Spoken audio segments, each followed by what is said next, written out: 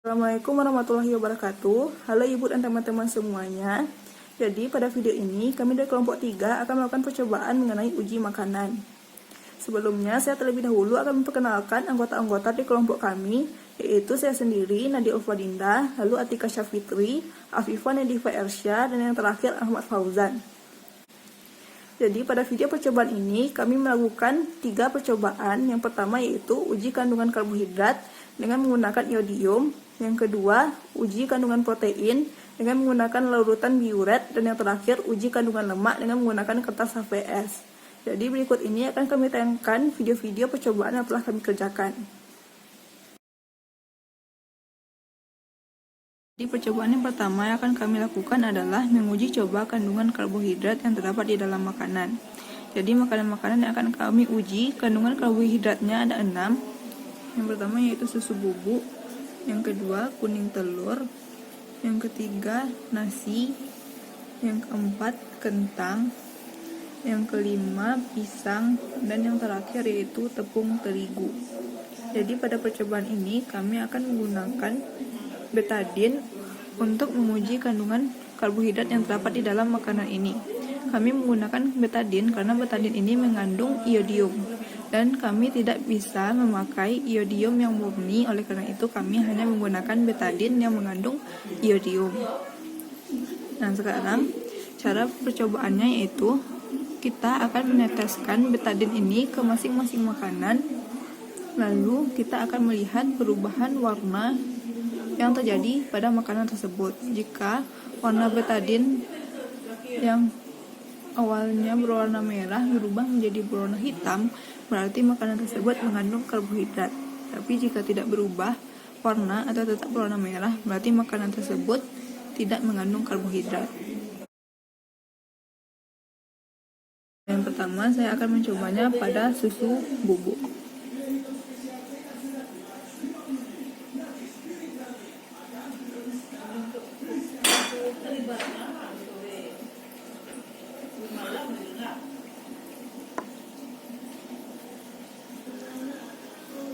Nah, sekarang saya akan mencoba mencampurkan susu ini dengan betadine. Nah, bisa kita lihat di sini susu ini tidak mengalami perubahan warna menjadi berwarna merah. Jadi bisa kita simpulkan bahwa susu ini tidak memiliki kandungan karbohidrat di dalamnya.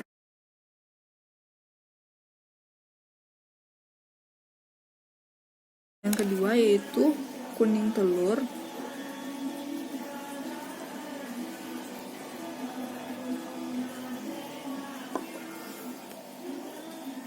Nah, bisa kita lihat juga pada kuning telur ini juga tidak terdapat.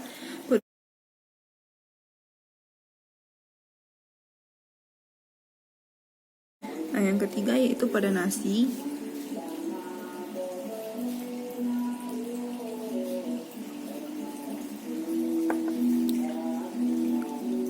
Yang bisa kita lihat pada nasi ini, betadine yang awalnya berwarna merah berubah warna menjadi berwarna hitam.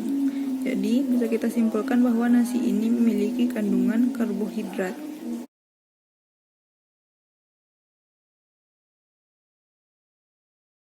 Jadi bisa kita lihat di sini terdapat perubahan warna dari berwarna merah menjadi berwarna hitam. Jadi kentang ini mengandung kandungan karbohidrat.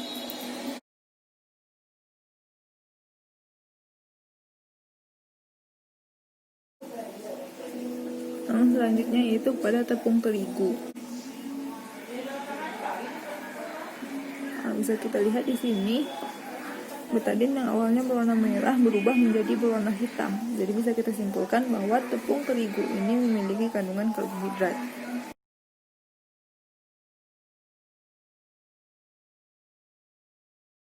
Selanjutnya yang terakhir pada pisang.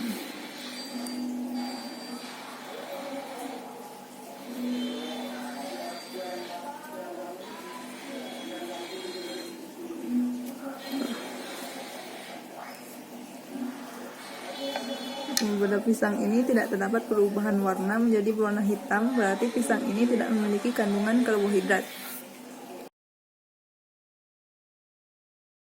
Jadi sekarang saya akan melihatkan hasil-hasil dari percobaan yang telah kami lakukan tadi. yang pertama yaitu susu, tidak terdapat kandungan karbohidrat. Yang kedua, kuning telur, juga tidak terdapat kandungan karbohidrat. Yang ketiga, nasi, terdapat kandungan karbohidrat karena warnanya yang awalnya warna merah berubah menjadi warna biru tua. Jadi tadi saya salah, seharusnya warnanya itu berubah menjadi warna biru tua, bukan menjadi warna hitam. Jadi semakin gelap warna biru tuanya itu tandanya kandungan karbohidratnya itu semakin tinggi. Nah, selanjutnya pada pisang tidak terdapat kandungan karbohidrat. Pada tepung terigu terdapat kandungan karbohidrat, dan yang terakhir pada kentang terdapat kandungan karbohidrat. Jadi dari makanan-makanan yang telah kita uji kandungan karbohidratnya, yaitu yang berupa zat tepung atau amilum yang mengandung kandungan karbohidrat atau yang berupa zat tepung atau amilum, yaitu hanyalah nasi, tepung terigu, dan kentang. Sedangkan yang lain yaitu susu, kuning telur, dan pisang tidak mengandung kandungan karbohidrat yang berupa zat tepung atau amilum. Percobaan yang pertama yang akan kita lakukan adalah uji kandungan protein yang terdapat di dalam makanan. Jadi, untuk menguji kandungan protein yang terdapat di dalam makanan ini, kita menggunakan larutan biuret, yaitu campuran antara NaOH dan CuSO4. NaOH yang saya pakai, nama pasarannya adalah soda api, dan bentuknya seperti ini, berwarna putih. Dan CuSO4 yang saya pakai, nama pasarannya adalah terusi, dan bentuknya berwarna biru seperti ini. Dan jika soda api dan terusi ini dicampurkan, maka akan menjadi larutan biuret dan bentuknya itu seperti ini. Jadi makanan yang akan kita uji coba kandungan proteinnya ada 6. Yang pertama yaitu kacang tanah yang telah digiling. Yang kedua, tempe yang telah digiling. Yang ketiga, tepung terigu. Yang keempat, susu bubuk. Yang kelima, ikan yang telah digiling. Dan yang keenam, putih telur. Jadi, langkah percobaan kita yaitu kita akan meneteskan larutan biuret ini ke dalam masing-masing makanan ini untuk menguji coba kandungan protein yang terdapat di dalam makanan tersebut. Jika makanan tersebut berubah warna menjadi berwarna ungu, maka makanan tersebut mengandung protein. Tapi jika telah diteteskan larutan biuret dan tetap berwarna biru, berarti makanan tersebut tidak mengandung protein. Yang pertama yang akan kita coba yaitu kandungan protein yang terdapat di dalam kacang tanah. Jadi saya akan meneteskan larutan biuret ini ke dalam kacang tanah yang telah digiling ini.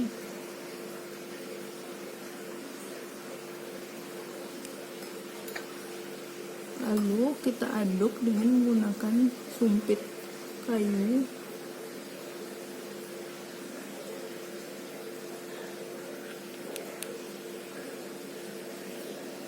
Nah, bisa kita lihat di sini setelah kacang tanah yang telah digiling tersebut kita berikan larutan biuret, lalu kita aduk dengan menggunakan sumpit.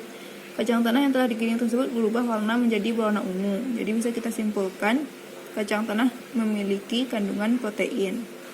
Lalu yang kedua akan kita coba pada tempe yang telah digiling.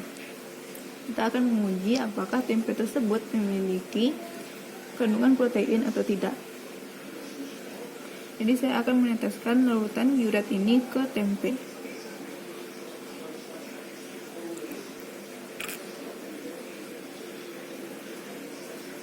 Lalu kita aduk-aduk dengan menggunakan sumpit.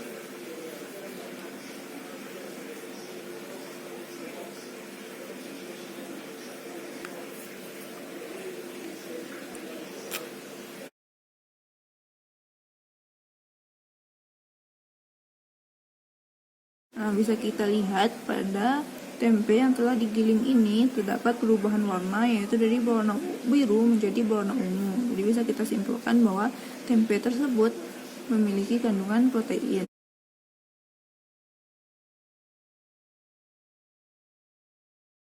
Kita akan menguji kandungan protein yang terdapat di dalam tepung terigu.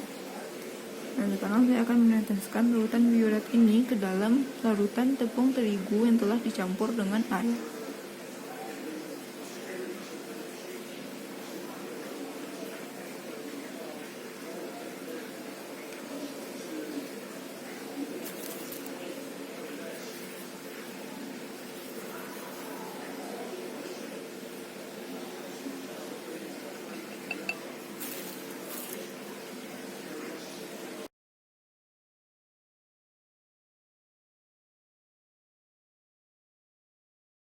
Selanjutnya, saya akan mencoba menguji kandungan protein yang terdapat di dalam susu bubuk yang telah dilarutkan juga dengan menggunakan air. Nah, sekarang saya akan meneteskan larutan biorat ke dalam larutan susu bubuk ini.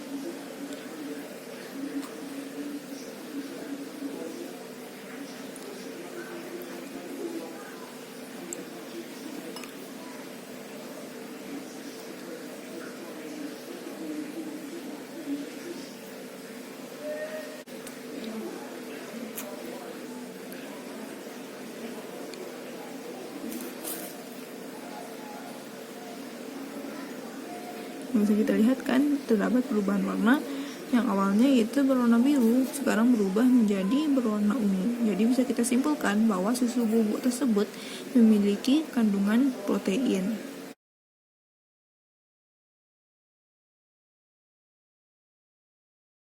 Selanjutnya kita akan menguji kandungan protein yang terdapat di dalam ikan. Nah, ikan ini telah digiling dan dicampurkan dengan air. Sekarang saya akan meneteskan larutan biorat ke dalam ikan ini.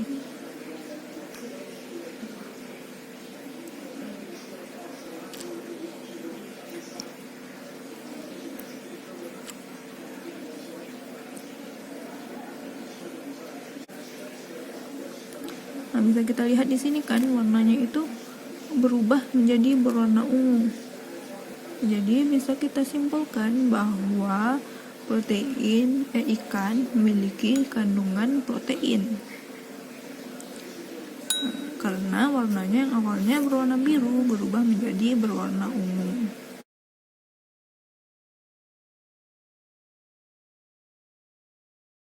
Yang selanjutnya yaitu putih telur.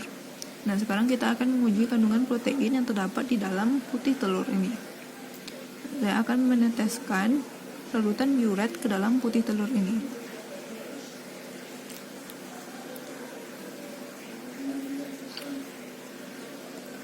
Nah, bisa kita lihat di sini, bahkan sebelum diaduk dengan menggunakan sumpit seperti makanan-makanan yang sebelumnya, warnanya itu sudah berubah menjadi berwarna ungu. Nah, jadi bisa kita simpulkan bahwa putih telur ini memiliki kandungan protein. Sekarang kita akan melihat hasil percobaan yang telah kami lakukan ini. Yang pertama yaitu putih telur, yang kedua yaitu ikan, yang ketiga campuran susu bubuk dengan air, yang keempat tempe, yang kelima kacang tanah, dan yang keenam yaitu campuran tepung terigu dengan air. Jadi berdasarkan warna ungu yang terdapat dalam makanan ini, kita bisa menyimpulkan makanan mana yang mengandung protein yang paling tinggi ke makanan mana yang mengandung protein paling rendah. Jadi sekarang saya akan mengurutkan makanan yang mengandung protein paling tinggi ke makanan yang mengandung protein yang paling rendah. Jadi makanan yang mengandung protein yang paling tinggi yaitu putih telur, yang kedua atau urutan yang kedua yaitu ikan, urutan yang ketiga yaitu susu bubuk, urutan yang keempat yaitu tempe, urutan yang kelima yaitu kacang tanah, dan urutan yang terakhir yaitu tepung terigu. Jadi tepung terigu ini adalah makanan yang mengandung protein yang paling sedikit di antara makanan-makanan lainnya. Nah, jadi itulah hasil dari percobaan kami, yaitu uji coba kandungan protein yang terdapat di dalam makanan. Cobaan yang terakhir yaitu uji kandungan lemak. Jadi pada percobaan ini kita akan meneteskan masing-masing dari bahan-bahan pada percobaan ini ke kertas HVS. Lalu setelah itu kertas HVS tersebut dikeringkan. Nah, jika kertas HVS tersebut berubah menjadi tembus pandang, berarti bahan tersebut mengandung lemak. Tapi jika kertas HVS tersebut tidak tembus pandang, berarti bahan tersebut tidak mengandung lemak.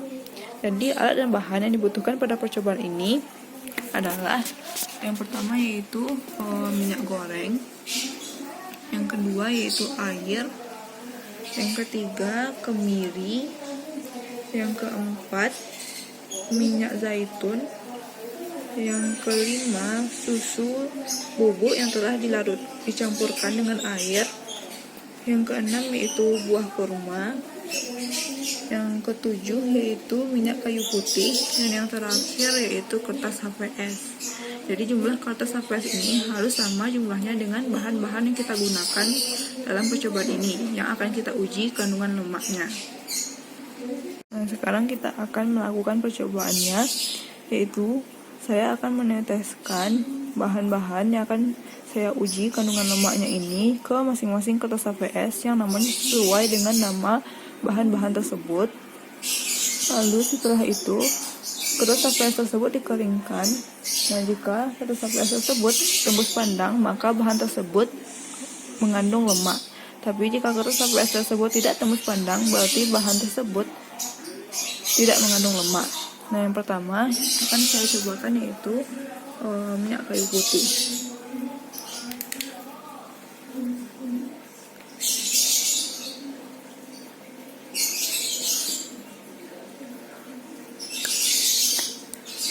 Yang kedua yaitu minyak goreng.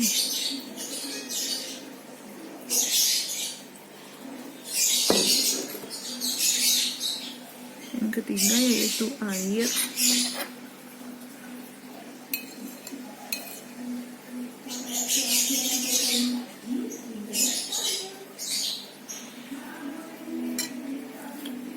Yang keempat yaitu minyak zaitun.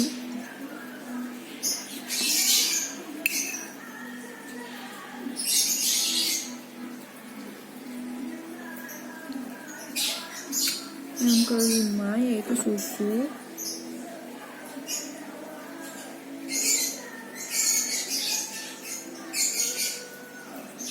Yang keenam yaitu kurma.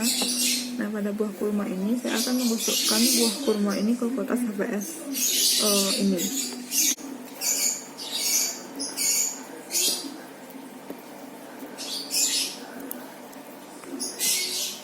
Nah, yang selanjutnya yaitu kemiri.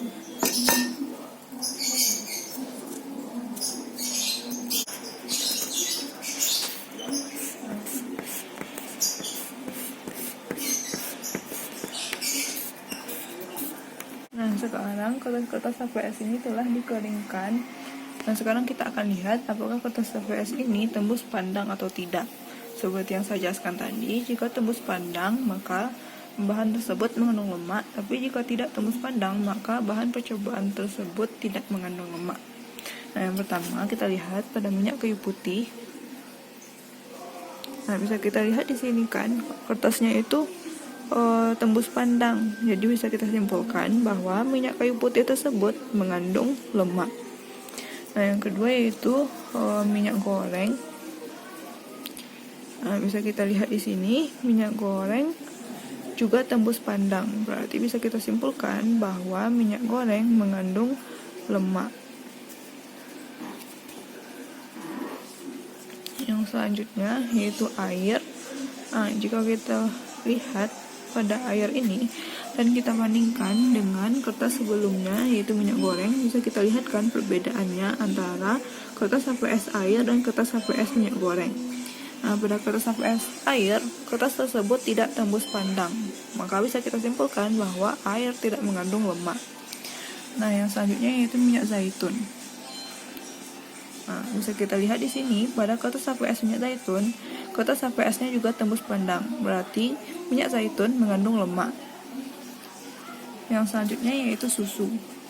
Nah, bisa kita lihat di sini walaupun di kamera kurang jelas, tapi kalau dilihat secara langsung bisa kita lihat bahwa kertas HVS susu ini juga tembus pandang walaupun tidak sejelas minyak zaitun dan minyak goreng.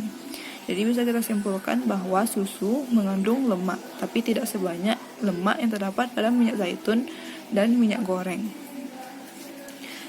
Yang selanjutnya yaitu buah kurma. Nah, bisa kita lihat di sini, pada buah kurma kertas HPS-nya itu tidak tembus pandang. Jadi, buah kurma ini tidak mengandung lemak. Yang terakhir yaitu pada kemiri.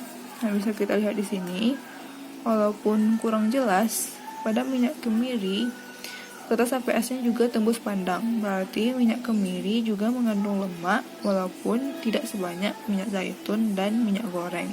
Nah, itulah percobaan kami yaitu mengenai uji lemak.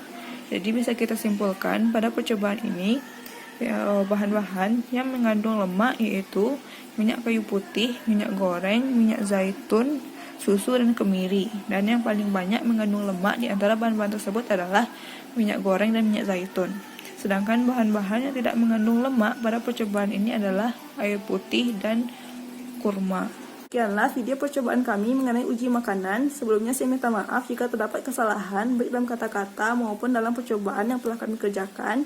Sekian dari saya ucapkan Assalamualaikum warahmatullahi wabarakatuh.